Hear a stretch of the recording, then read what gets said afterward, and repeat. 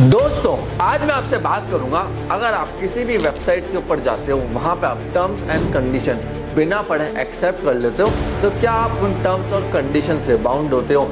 ये lesson entrepreneurs के लिए भी है और आम कंज्यूमर्स के लिए भी है। तो इस वीडियो को एंड तक देखिए जाना, बहुत इंपॉर्टेंट खास चीज़ें इस वीडियो के अंदर मैं आपको बताऊंगा। देखिए, हम किसी भी वेबसाइट के ऊपर जाते हैं, जब हम कोई टिकट बुकिंग कर रहे हो, कोई मूवी की टिकट बुक कर रहे हो, किसी एयरलाइन की टिकट बुक कर रहे हो या ऑनलाइन कुछ बाय कर रहे हो, जनरली क्या होता है कि हम टर्म्स एंड कंडीशन पे सीधा क्लिक कर देते हैं, जो कि बिल्कुल गलत होता है। क्योंकि जनरली हमें जब भी टर्म्स एंड कंडीशन पे क्लिक करना है तो उनको पढ़ के करना है। अब अगर मैं किसी एयरलाइन की टिकट बुक कर रहा हूँ, उस पर लिखा हुआ है कि अगर मेरा सामान खो जाता है तो मुझे कुछ भी रिफंड नहीं मिलेगा या कोई क्लेम नहीं कर सकता हूँ, तो क्या ये सब कुछ सही है? या मैंने कोई टिकट बुक करी किसी मूवी की 4 दिन बाद की, अब मुझे नेक्स्ट डे उसको कैंसिल करना है, मेरे को मेरा रिफंड चाहिए, तो किन किन कंडीशन में मैं मेरा रिफंड ले सकता हूँ?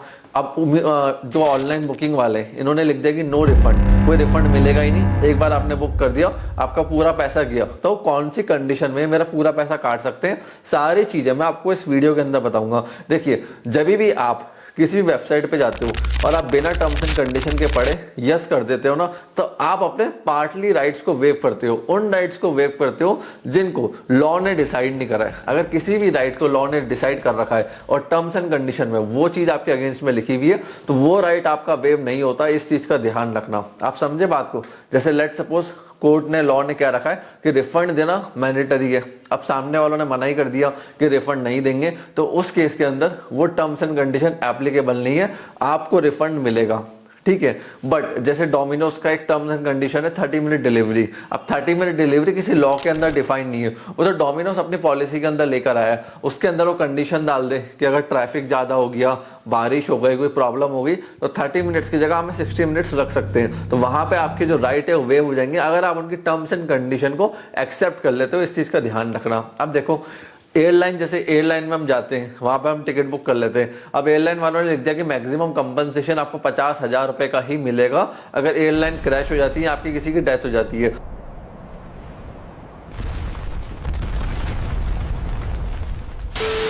उस केस के अंदर अगर आपका कोई लाइफ या इंजरी का कोई भी क्लॉज इंक्लूड है, तो वहां पे लॉ बना हुआ है, तो उस लॉ के हिसाब से चीजें चलेंगी, ना कि उस वेबसाइट ने जो लिखा हुआ है। इस चीज का ध्यान रखना। सिंपल वर्ड्स में, अगर लॉ ने किसी भी चीज को डिफाइन कर रखा पहले ही, चाहे प्राइवेसी पॉलिसी को लेके हो गया, कुकीज को लेके हो गया, किसी बिजनेस की टर्म्स को लेके हो गया, तो वो अकॉर्डिंग टू लॉ चलेगा, ना कि टर्म्स एंड कंडीशन के हिसाब से। तो आप क्लिक करके अपने जो लीगल राइट्स है उनको कभी भी लूज नहीं करते हो। इस चीज का ध्यान रखना। अब जो लोग ई कॉमर्स वेबसाइट चलाते हैं उनके लिए एक लेसन देना चाहता हूं। वहां पे लिखा होता है काफी सारी ई कॉमर्स वेबसाइट के ऊपर नो रिफंड पॉलिसी, वो गलत है। ई कॉमर्स प्लेयर्स को 7 डेज, 30 डेज, 15 डेज का रिफंड क्लॉज डालना पड़ता है विद कंडीशंस। हाँ, अगर मेरा प्रोडक्ट डिजिटल है जिसका कंजम्पशन हैंड टू हैंड हो जाएगा, तो वहां पे एक रिफंड क्लॉज देना जरूरी नहीं है। जैसे मैं एक ऑनलाइन डिजिटल कॉपी दे रहा हूँ किसी बुक की, अब किसी को दी, किसी ने उसको बाय करा, डाउनलोड करा, उसकी कॉपी बना ली, तो वहां पे मैं कह सकता हूँ उसकी कॉपी इजिली बन जाती है। तो मोस्ट ऑफ द कंज्यूमर इसलिए आते हैं कि खरीदा, डाउनलोड करा, कॉपी बनाई, उसके बाद रिफंड मांगने आ गए, तो वहां पे मना कर सकती कंपनीज। बट जैसे अमेजॉन है, फ्लिपकार्ट है, बाकी कंपनीज है, उनको रिफंड पॉलिसी देनी पड़ती है 7 डेज, 30 डेज, 15 डेज और 3 days, what ever it will be, तो उनको देना ही पड़ता है जितने भी ऑनलाइन ई कॉमर्स प्लेयर होते हैं। तो अगर आप ऑनलाइन ई कॉमर्स का काम कर रहे हो तो आपको रिफंड पॉलिसी का क्लॉज डालना पड़ेगा। कुछ केसेस से मैं आपको एक्सप्लेन करता हूं। जैसे स्पाइसजेट ने अपनी वेबसाइट पे टर्म्स एंड कंडीशन में लिखा हुआ था नो रिफंड क्लॉज, कि अगर आपने जो टिकट बुक किया और फ्लाइट कैंसिल हो गई तो आपको रिफंड नहीं मिलेगा। कोर्ट ने पूरे मैटर को देखा और कहा कि ये बिल्कुल गलत है। अगर आप लोग फ्लाइट कैंसिल कर रहे हो तो आपको कंज्यूमर को रिफंड पूरा देना पड़ेगा। इसके बाद स्पाइसजेट ने पूरा रिफंड अपने कंज्यूमर को दिया। एक केस में, एक माई ट्रिप का हुआ था, हुआ क्या, एक बंदे ने फ्लाइट कैंसिल करी, तो फ्लाइट थी इंडिगो की, बुक हुई थी मेक माई ट्रिप के थ्रू, तो 3,000 रुपए इंडिगो वालों ने काट के रिफंड कर दिए। उसके ऊपर से मेक माई ट्रिप ने 2,500 रुपए अपने काट लिए। कंज्यूमर कोर्ट के अंदर चला गया कि ये तो इनके टर्म्स एंड कंडीशन मेंशन ही नहीं है, बाद में ये मेरे ऊपर लगा रहे हैं। कोर्ट ने पूरे मैटर को देखा और कहा कि हाँ, ये अनफेयर चीज है, आपने अपने टर्म्स एंड कंडीशन में पहले मेंशन नहीं करा है, पहले मेंशन नहीं करा, तो इसका कस्टमर को आपको रिफंड देना पड़ेगा। अब उबर के साथ हुआ था। उबर क्या करता है, उसकी टर्म्स एंड कंडीशन होती है, उसमें जो राइडर्स होते हैं उनसे एक्सेप्ट करवा लेता है कि आप हमारे एम्प्लॉय नहीं हो, आप कॉन्ट्रेक्चुअल लेबर हो, तो आपकी डेथ हो गई, एक्सीडेंट हो गया, लॉस हो गया, उस केस में हम रिस्पॉन्सिबल नहीं है। कोर्ट ने कहा कि नहीं, ये आपके एम्प्लॉयज की तरह ट्रीट करना पड़ेगा, क्योंकि आपके लिए ड्यूटी कर रहे हैं, वर्क कर रहे हैं, इनको कंपनसेशन देना पड़ेगा, ये इनका फंडामेंटल राइट है। अब जैसे अमेजोन है, वहां पे एक रिफंड को लेकर डिस्प्यूट हो गया था, एक कस्टमर को डिफेक्टिव प्रोडक्ट मिल गया और उसका जो रिटर्न का टाइमलाइन था, विंडो था, खत्म हो गई और टर्म्स के हिसाब से रिफंड नहीं मिलना चाहिए था।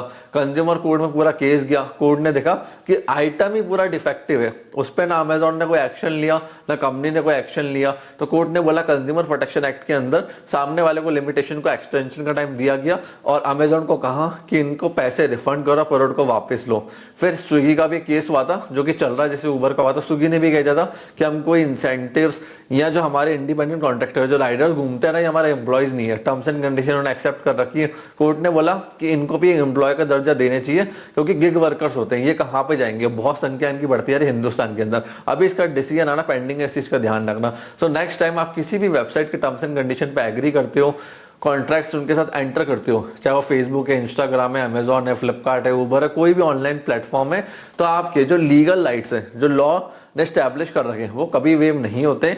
जो उनके प्राइवेट से आपके बीच में टर्म्स एंड कंडीशन है, रिफंड के डेज को लेके, अमाउंट्स को लेके, पॉलिसीज को लेके, वो वेव हो जाते हैं। तो हमेशा पढ़ के चेक करके यहाँ तो आप ऑनलाइन किसी से बाय करो, डील करो, और किसी को डेटा दे रहे हो, ऑनलाइन कुछ भी कर रहे हो तो हमेशा सोच समझ के करना। बाकी हाँ, आपके लीगल राइट्स पूरे प्रोटेक्टेड रहते हैं, उनको कोई हैम्पर नहीं कर सकता है। मैं आशा करता हूँ वीडियो आपको पसंद आई होगी। आप मेरी वेबसाइट sonysvision.in को विजिट कर सकते हो, वहां मैं डेली आर्टिकल्स भी लिखता हूँ आईपी के ऊपर, उनको जाके भी आप चेकआउट कर सकते हो। कोई भी डाउट एंड क्वेश्चन है रिगार्डिंग टर्म्स एंड कंडीशन, आप कॉमेंट सेक्शन में लिख सकते हो, मैं उसका आंसर करूंगा। आपने इस वीडियो को यहाँ तक देखा, हम लोग सपोर्ट दिया, उसके लिए धन्यवाद।